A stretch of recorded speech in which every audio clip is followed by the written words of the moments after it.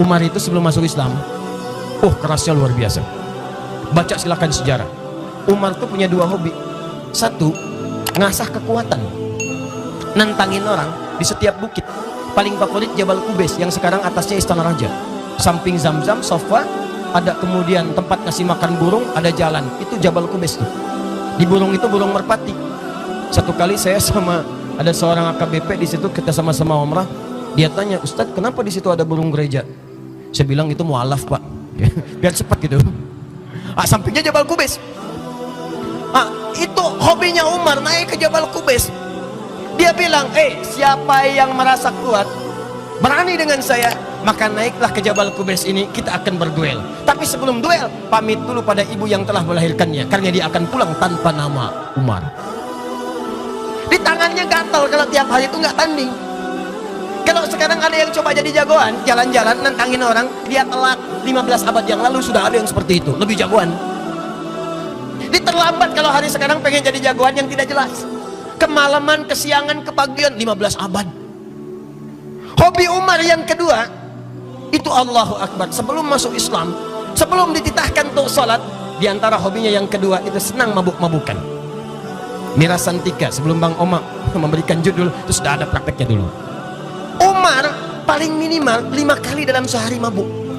Paling minimal 5 kali. Tapi tahukah Anda, begitu kemudian turun risalah Islam, hanya mendengar kalimat ayat Al-Quran, Thaha, tersentuh jiwanya, berubah kemudian masuk Islam. Falamma aslama wa hasuna islamuhu, baik keislamannya, turun kemudian risalah sholat, dipraktekkan. Sholat itu yang merubah kepribadiannya. Yang tadinya keras, kerasnya berubah menjadi tegas. Tegas pada setiap kemungkaran, tapi sangat lembut dalam setiap kebaikan. Bahkan ketika diangkat jadi khalifah, maka beliau termasuk orang pertama yang dicatat dalam sejarah pernah senang belusukan dalam setiap kesempatan, makan mendatangi rakyatnya. Umar belusukan dan tidak pernah bawa wartawan. Colok. Takbir. Umar. Jadi kalau mau ditiru, bagus Pak Bupati belusukan. Umar boleh, dan gak usah mengenalkan diri, saya bupati. Tidak, Umar. Khalifah lewat, seorang ibu sedang kesulitan, anaknya kelaparan, ibunya pura-pura masak karena tidak ada makanan, batu digoreng, minyaknya apa, tanah, goreng-goreng pakai syair. Syairnya dia katakan, duhai khalifah, senang-senangan di istana, makan enak, rakyatnya kelaparan, duhai khalifah, duhai khalifah. Kedengaran sama Umar. Allahu Akbar, dikejar oleh Umar, dilihat. Begitu kelihatan, ajudannya tergopoh-gopoh. Allah, saya yang dihisab, bukan ajudan saya. Pergi ke Baitul Mal, bawa gandum, kemudian gandumnya dibawa, kemudian dipikul oleh pundaknya sendiri. Ajudan ingin membawa, kata Umar, jangan, saya yang dihisab, bukan kamu. Kalaupun ada kaki anak kambing di Irak yang kemudian terpleset, maka saya yang dihisab, bukan yang lain. Dibawa gandumnya, datang ke tempat itu, dimasakkan langsung di depan ibunya. Begitu dimasakkan, sedang masak-masaknya, masih dicela oleh ibu tadi. Dasar khalifah, senangnya di istana, makan enak, yang masakin orang lain. Dan Umar gak pernah bilang, Bu, saya khalifahnya. Tidak. Sampai kemudian jadi makanan, disuapi anak-anak itu, dibangunkan dari tidurnya, dan tidak memperkenalkan diri tentang dirinya. Bagaimana transformasi kepribadiannya berubah ketika diturunkan risalah salat.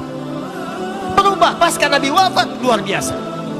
Dan tahukah Anda, ayat mirasantika, terutama minuman keras dan khamar. Khamar itu kullu ma yakhmurul aqla, sesuatu yang merusak kepada akal. Makanya kalimat Qur'annya nggak spesifik ke minuman. Narkotika itu khamar, sabu itu khamar, segala yang bikin mabuk itu khamar. Makanya kalau sekarang ada yang nyabu, ada yang sekarang terlibat narkoba, ada yang sekarang ikutan mirasantika, dia orang yang telat. Dulu sudah ada, dan orang dulu tobat. Begitu tobat, minta kepada Nabi, ya Rasulullah, tolong turunkan, minta kepada Allah ayat-ayat yang melarang khamar, mirasantika, supaya tidak diracuni akal manusia dengan keburukan khamar itu. Mohon kepada Allah. Siapa yang minta? Umar bin Khattab. Maka turunlah kemudian ayat-ayat larangan khamar dalam Al-Quran, plus dengan judi, plus dengan penipuan. Karena biasanya satu paket. Kalau orang sudah berjudi, maka di sampingnya ada minuman. Kalau orang sudah minum, maka tidak layak lagi kemudian kata-katanya menjadi teratur. Maka mohon kepada Allah, diturunkanlah 4 tahap sampai dengan turunnya Al-Maidah ayat yang ke-90 sampai 91 itu. Siapa yang tanya? Umar. Dia agak aneh. Kalau orang jahiliyah, turun perintah sholat, berubah wujud dari yang tadinya jahiliyah, tidak kenal dengan kebaikan, maka naik status jadi khairu ummah. Diabadikan dalam Al-Quran surah ketiga Ali Imran ayat 110, paling kiri sebelah atas. Kuntum khaira ummah ukhrijat linnas ta'muruna bil ma'ruf wa tanhauna 'anil munkar. Sekarang saya tanya pada Anda, siapa di antara sekian yang sholat itu dengan sholat yang merubah kepribadian dirinya? Sekarang orang mau sholat saja takut kehilangan sandalnya. Ada yang saat takbir mundur ke belakang, dikira batal ngambil kotak infak. Ada yang bahkan unik luar biasa, sholat membuat kita tercegah dari kemungkaran. Berselisih itu mungkar. Ada orang mengerjakan sholat malah sibuk berselisih, gara-gara safnya kurang lurus, ribut. Ada satu kunut satu enggak, ribut. Bahkan masjidnya ditinggalkan, yang satu bismillah jahar, satu sir, ribut. Sholat itu menghentikan keributan. Jadi kalau ada orang ikut sholat kemudian ribut, ada yang salah dalam sholatnya. Sholat itu menghadirkan ketertiban. Jadi kalau hari sholat datang ke pengajian pasti tertib. Kalau pulang tidak teratur, datang melanggar aturan, ada yang salah dalam sholatnya. Katanya ke pengajian tapi kebut-kebutan, lampu merah diterobos, polisi menunaikan tugas, berhenti. STNK ada Pak, SIM lengkap, mau kemana? Pengajian. Siapa? Ustadz Adi lagi. Tahu ada lampu merah di sini? Tahu Pak. Kenapa diterobos? Saya tidak tahu, ada Bapak. Kayak gitu tangkap aja Pak, berikan pendidikan.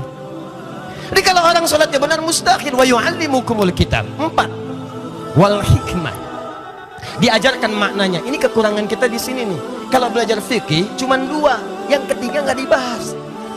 2 itu satu bacaannya, kedua gerakannya, yang ketiga hikmahnya, esensinya, maknanya nggak diuraikan. Coba lihat sholat tuh, maaf ya, bacaannya fasih, Allahu Akbar, Al-Fatihah sampai dengan salam tuntas, bagus, tidak ada salahnya, 100%.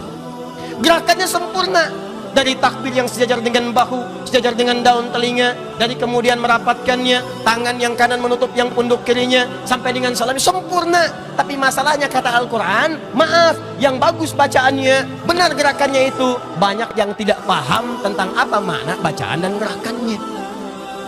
Saya tanya pada Anda, jujur aja masing-masing, dari sekian sholat yang ditunaikan sampai detik ini, berapa persen bacaan sholat yang dipahami? Ayo, berapa persen gerakan sholat yang dimaknai? Jangan-jangan selama ini ruku nggak ngerti yang dibaca, sujud nggak paham yang diungkapkan, duduk di antara 2 sujud minta permintaan tapi nggak ngerti yang dibaca. Bagaimana sholatnya bisa khusyuk? Rabbighfirli warhamni wajburni warfa'ni warzuqni minta rizki. Udah minta tuh isya aja 4 kali. Begitu selesai minta lagi, ya Allah berikan aku rizki. Yang tadi apa? Yang tadi warzuqni.